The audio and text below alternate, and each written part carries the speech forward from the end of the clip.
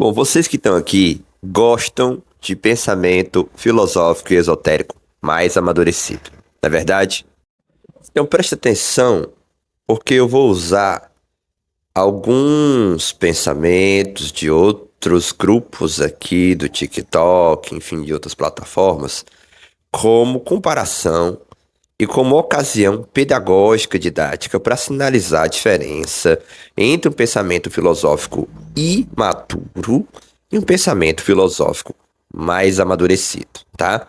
Então fica nesse vídeo, eu vou ser breve e tentar te mostrar do que a gente está falando aqui de fato e qual é a profundidade filosófica e esotérica que nós trabalhamos aqui.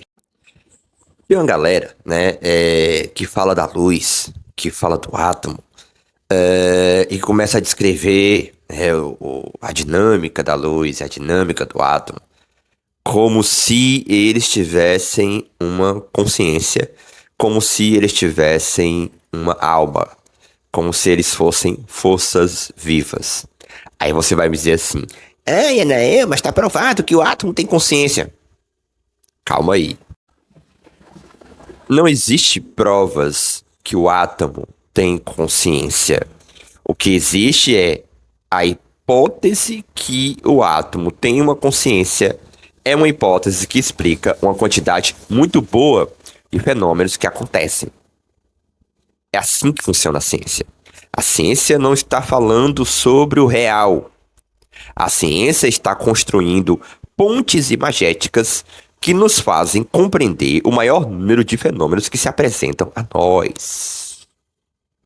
Esse é o primeiro ponto de um pensamento filosófico mais amadurecido. Ele não cai na ingenuidade do cientificismo, nem para ir além do cientificismo. Ou seja, a ciência não está falando do mundo espiritual porque o seu próprio método não aponta para este mundo. Então não pode falar aquilo que ela não se propõe a apontar. Então esse é o primeiro ponto. O segundo ponto é o mais importante, preste atenção. A possibilidade da gente falar da natureza como se ela tivesse uma alma, como se ela tivesse uma consciência, não é algo óbvio. É aqui que tem que começar a questão. É aqui que tem que começar a reflexão.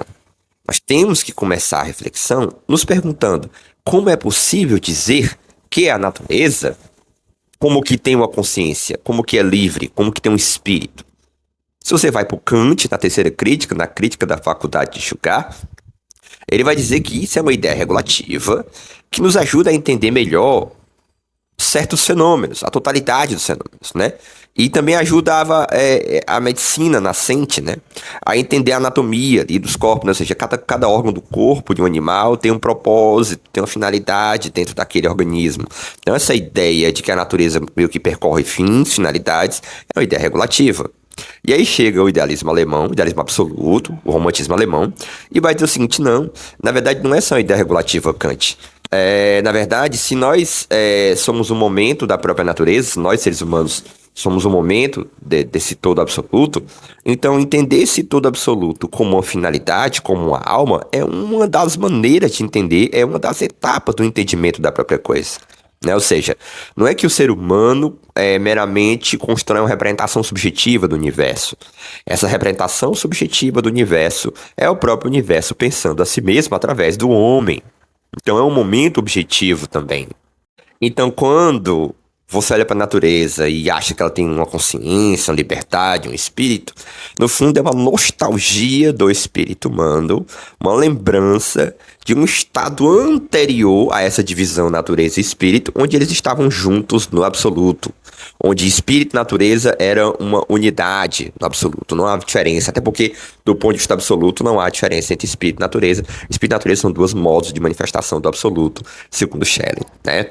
Então olha como é interessante, vocês estão entendendo isso? Olha como é interessante.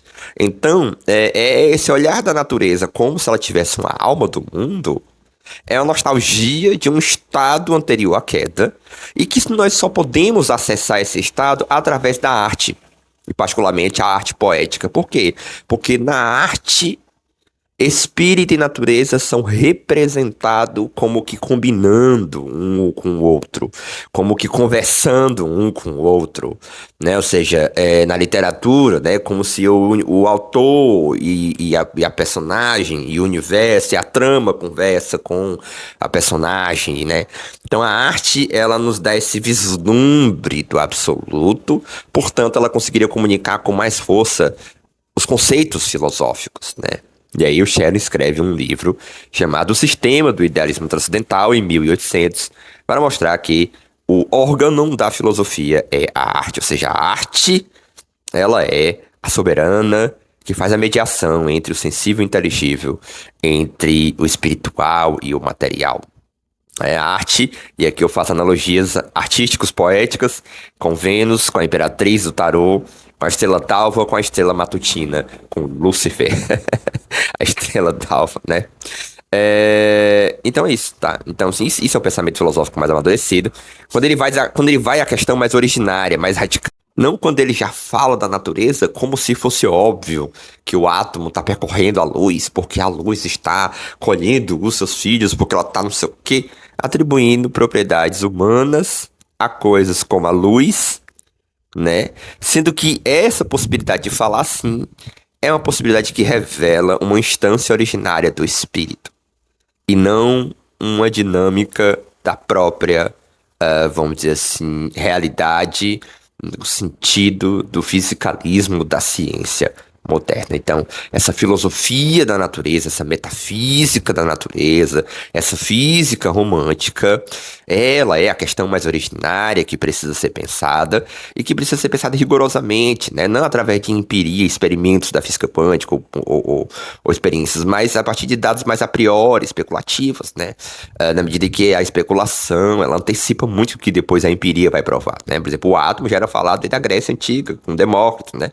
Então depois é que a experiência foi comprovar o átomo, né? Como é que a especulação antecipou isso?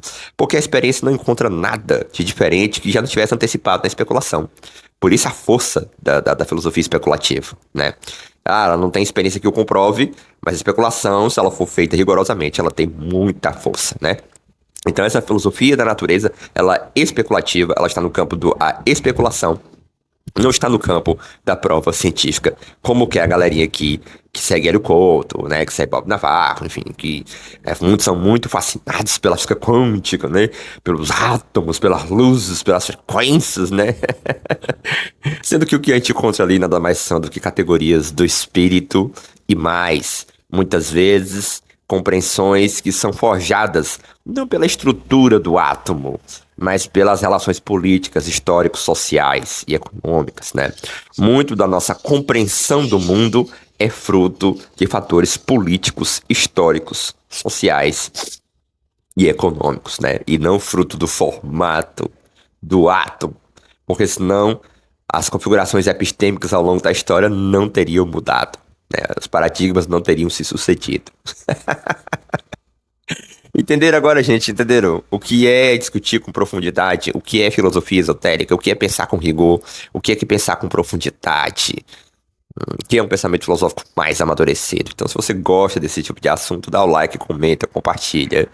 E fique esperto, porque a gente vai aprofundar esse conteúdo cada vez mais com aqueles que estão desejosos dessa profundidade, desse rigor conceitual. Dei glória intacta.